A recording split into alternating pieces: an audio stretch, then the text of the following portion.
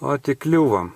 Šeštadienį, tai yra penktadienį važiuojam prie ežerų ir navigatorius nieko nerodo, kad čia remontas. Ir dabar nuo Pabradės iki Labanoro turbūt teks važiuoti per šitus išdaužytus kelius.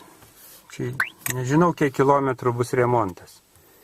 Jokia navigacija nerodo. 9 kilometrai iki Labanoro. Tai jau labai daug. Nu tai čia gal kreipia per Molėtų kelią šitą. Ar ne?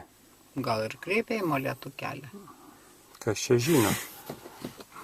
Nėra išėjimo, reikės važiuoti per tokį keliuką.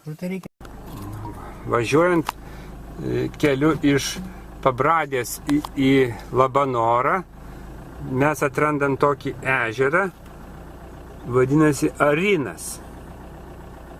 Ir čia puikiausia stovyklavietė nemokama. Žiūrėkit, kaip Vokietijoje arba kokioje Olandijoje. Va, stovėjimo aikštelė ir mašinoms ir kemperiams puikiausia.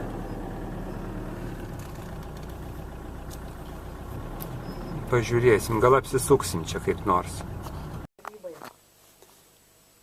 Mes su dūmu grybavom. Taip. Grybai labai slėpėsi, bet mes juos suradom vis tiek.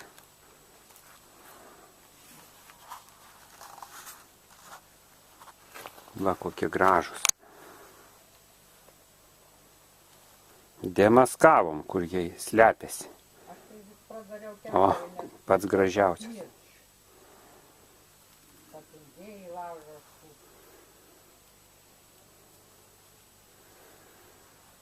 Gal dabar netingi? Netingi, užkursiu laužą dabar. Ką, tuoj kamoliuką mesim. Tuoj dūmai. Žaidžiam kamoliuką.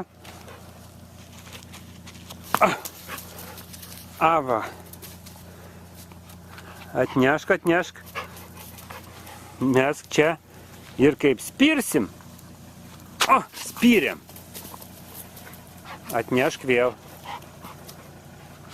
Futbolas. Va.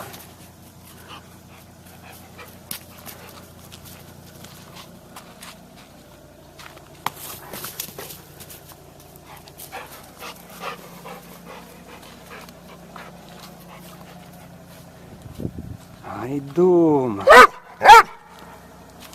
Imk.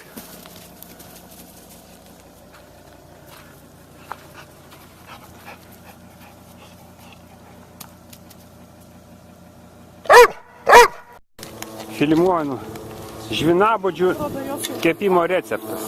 Va šitie baisūs grybai yra vieni skaniausių pasaulyje. Šitie kai kurie žmonės nesupranta ir nerenka.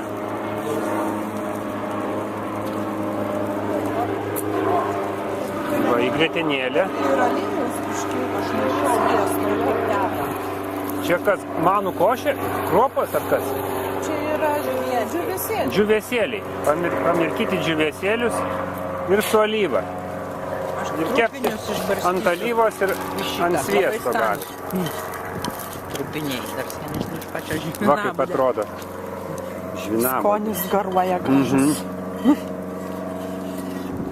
Čia labai gerai. Rytas prie Peršokšno ežero.